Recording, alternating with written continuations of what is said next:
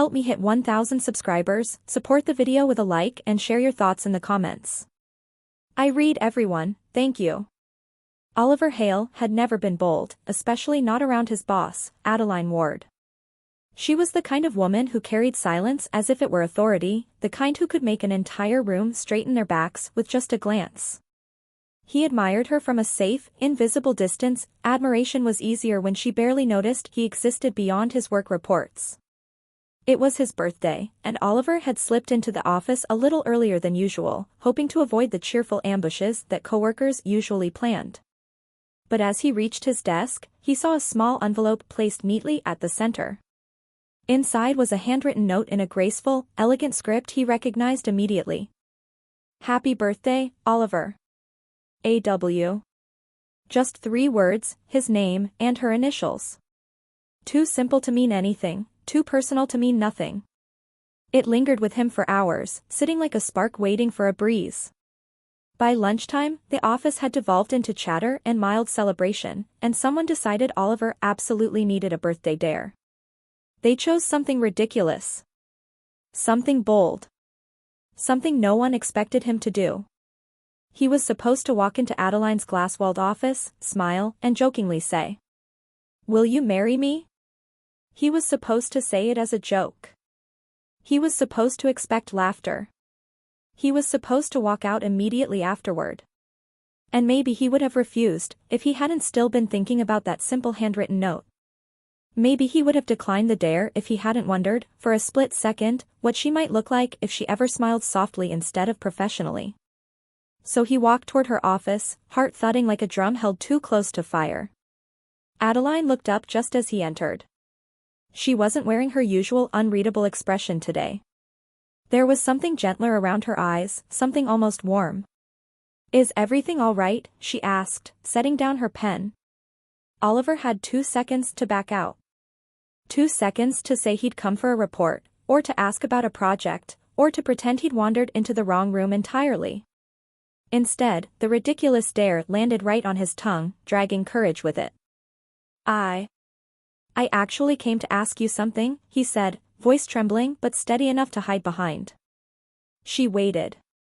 He exhaled. "It's my birthday today," he said awkwardly, "and my coworkers dared me to ask you a question."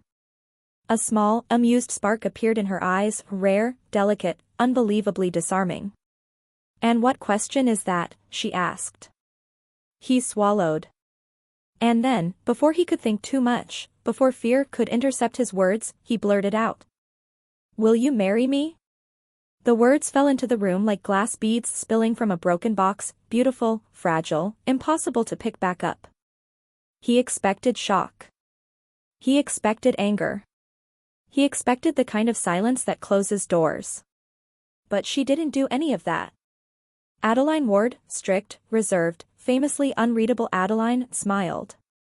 It wasn't sarcastic. It wasn't mocking. It wasn't polite professionalism. It was warm.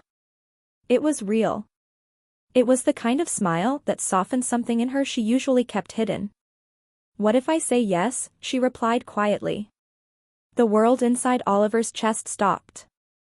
Everything, his heart, his breath, his disbelief, paused in perfect stillness. He never expected a yes. He never expected a maybe. He never expected anything other than a gentle rejection followed by a professional lecture. But her eyes held something he had never seen before, something like a memory she'd kept locked away. Oliver, stunned, could only whisper, "You're joking, right?" But she shook her head slowly. "No," she said, her voice surprisingly soft. "I'm not joking." The room felt suddenly too small, too warm, too filled with 1,000 unasked questions. He didn't know what to say. His heartbeat hammered. His palms grew cold. And Adeline watched him the way someone watches a secret they aren't sure they can keep anymore. He opened his mouth, but she lifted a hand to stop him. "Oliver," she said gently, "sit down. There's something you don't know." Oliver lowered himself into the chair, confused, breath shaky. Adeline took a slow breath, as if preparing to open a chapter she had avoided for years.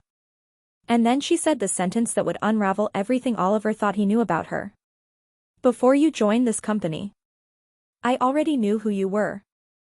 Oliver's pulse skittered. You knew me, he asked, his voice barely steady. Adeline nodded, folding her hands gently, not the crisp, authoritative gesture she used in meetings, but something more careful, almost fragile. I recognized your name the day your resume crossed my desk. And when you came in for the interview, I knew immediately. He tried to search his memory, but nothing made sense. She was composed, elegant, successful, nothing about their lives seemed connected. Knew me from where? He asked. She looked at him as if she were standing at the edge of a memory she'd carried alone for years. University, she said quietly. We were on the same campus. You never noticed me, but I noticed you. Oliver blinked. He had never been popular, never been the kind of person someone noticed from afar. He was the quiet student who sat in the back and scribbled ideas in notebooks he never showed anyone. Adeline continued, her voice softer than he had ever heard it. You used to sit under that old oak tree behind the library.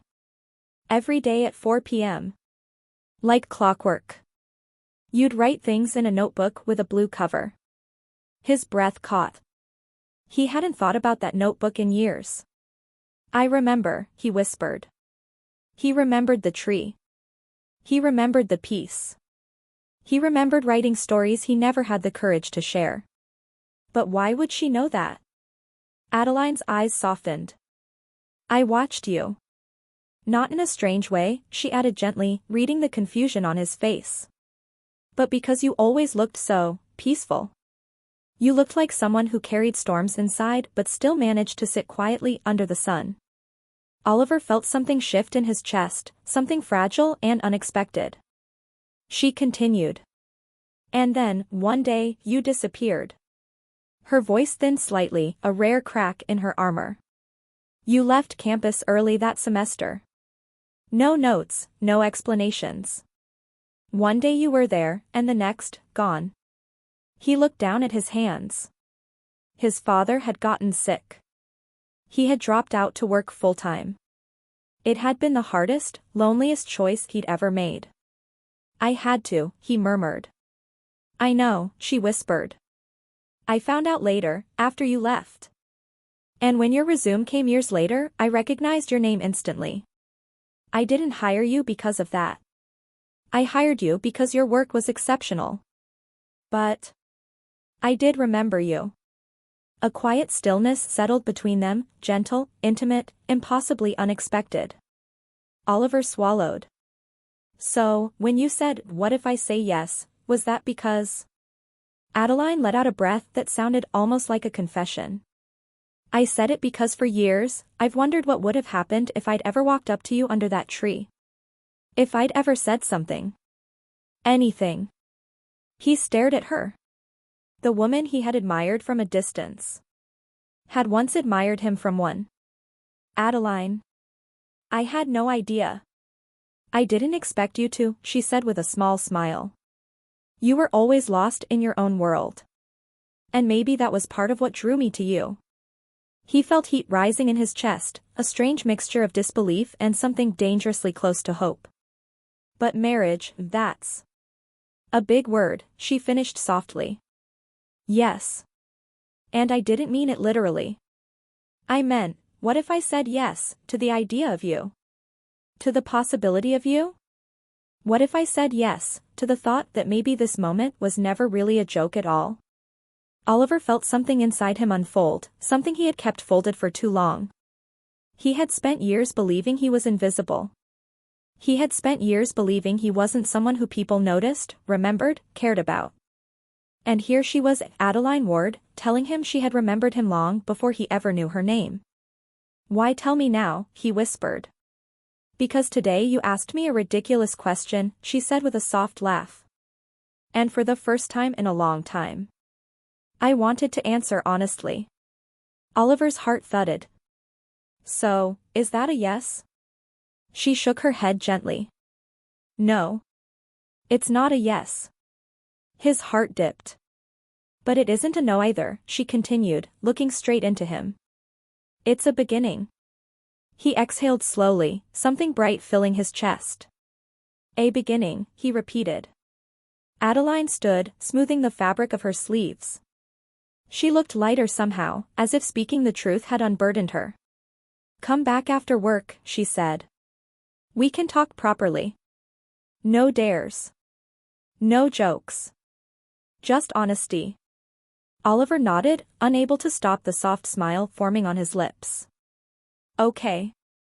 As he walked out of her office, the world felt subtly different, warmer, fuller, as if it had been holding its breath with him.